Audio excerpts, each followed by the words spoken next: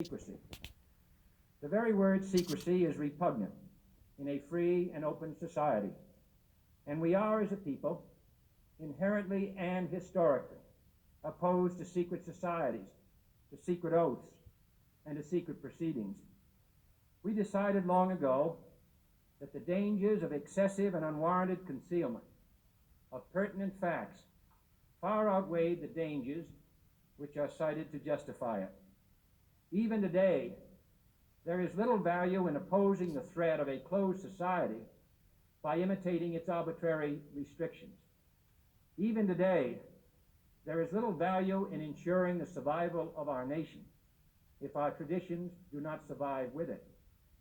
And there is very grave danger that an announced need for increased security will be seized upon by those anxious to expand its meaning to the very limits of official censorship and concealment.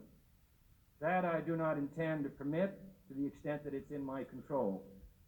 And no official of my administration, whether his rank is high or low, civilian or military, should interpret my words here tonight as an excuse to censor the news, to stifle dissent, to cover up our mistakes, or to withhold from the press and the public the facts they deserve to know. But I do ask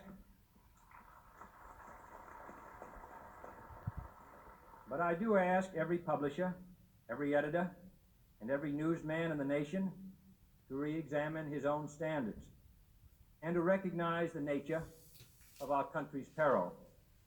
In time of war, the government and the press have customarily joined in an effort based largely on self-discipline to prevent unauthorized disclosure to the enemy. In times of clear and present danger, the courts have held that even the privileged rights of the First Amendment must yield to the public's need for national security.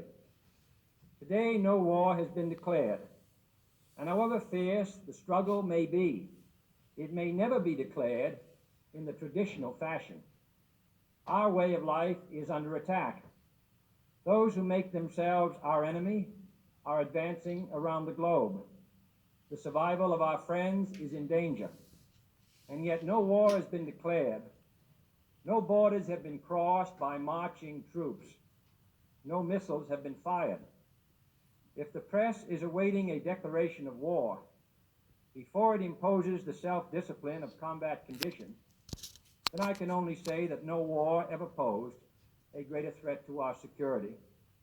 If you are awaiting a finding of clear and present danger, then I can only say that the danger has never been more clear, and its presence has never been more imminent. It requires a change in outlook, a change in tactics, a change in missions by the government, by the people, by every businessman or labor leader, and by every newspaper.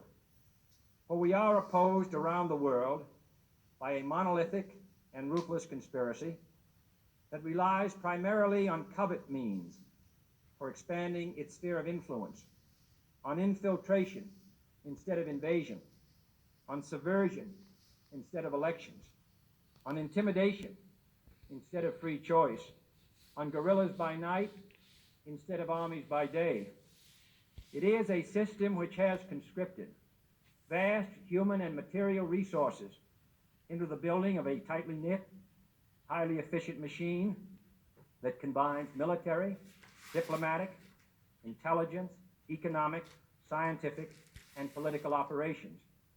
Its preparations are concealed, not published.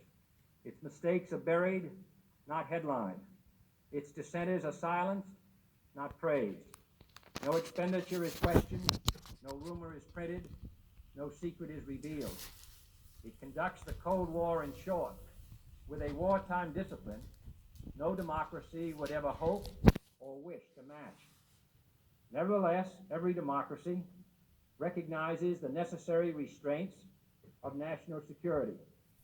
And the question remains whether those restraints need to be more strictly observed if we are to oppose this kind of attack as well as outright invasion. For the facts of the matter are that this nation's foes have openly boasted of acquiring through our newspapers information they would otherwise hire agents to acquire through theft, bribery, or espionage. That details of this nation's covert preparations to counter the enemy's covert operations have been available to every newspaper reader, friend and foe alike. That the size, the strength, the location, and the nature of our forces and weapons, and our plans and strategy for their use, have all been pinpointed in the press and other news media to a degree sufficient to satisfy any foreign power, and that in at least one case, the publication of details concerning a secret mechanism whereby satellites were followed required its alteration at the expense of considerable time and money. The newspapers which printed these stories were loyal, patriotic, responsible, and well-meaning. Had we been engaged in open warfare, they undoubtedly would not have published such items. But in the absence of open warfare, they recognized only the tests of journalism and not the tests of national security.